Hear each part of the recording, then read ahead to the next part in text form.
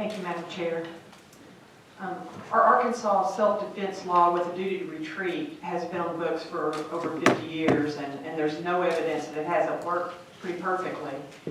So my question to you guys is, do you trust police and prosecutors to be able to differentiate between a victim using our current self-defense law and a criminal using deadly physical force?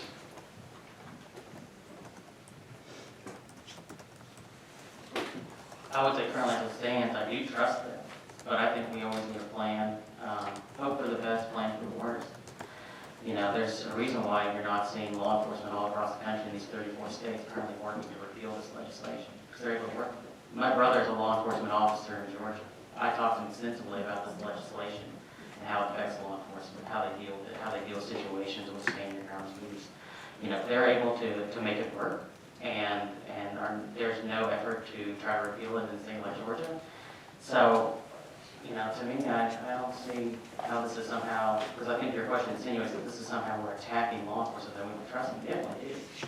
We just want to make sure that when people find themselves in a situation, they know that the law has their back. Follow up, please. You're recognized for a follow-up. Thank you, Madam Chair.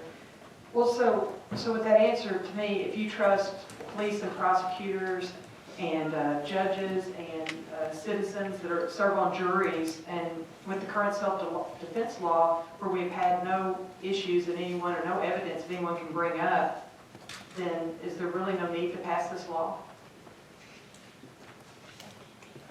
Yeah. So, we are a state, a nation of the rule of law, right? So what we could do is we could just throw out the code book altogether and say, you know, let's elect prosecutors and judges and just make sure justice is carried out.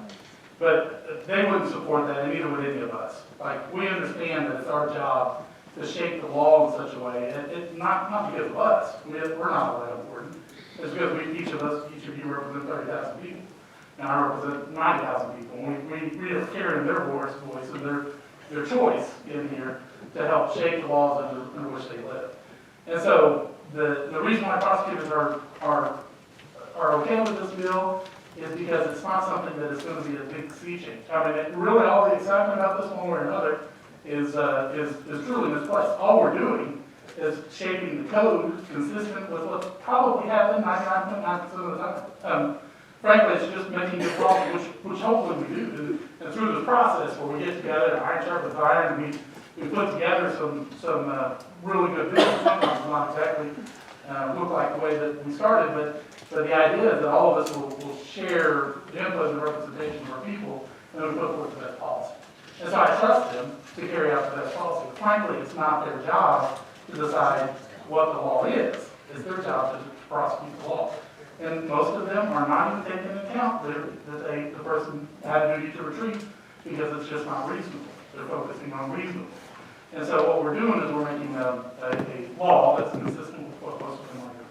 So and that's why it's important. I mean, to some extent, it's like the most important thing, right? Is that we're out there helping, because the thing that lasts when we're gone is we're helping the code to be conformed and shaped to what we think is the best policy. It isn't necessarily that we're out there forcing things to change.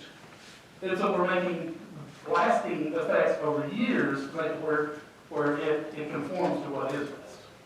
And so that's why this is important. It's not to force prosecutors to do anything different than they're doing today. It's to back up and empower prosecutors basically to do what they're doing.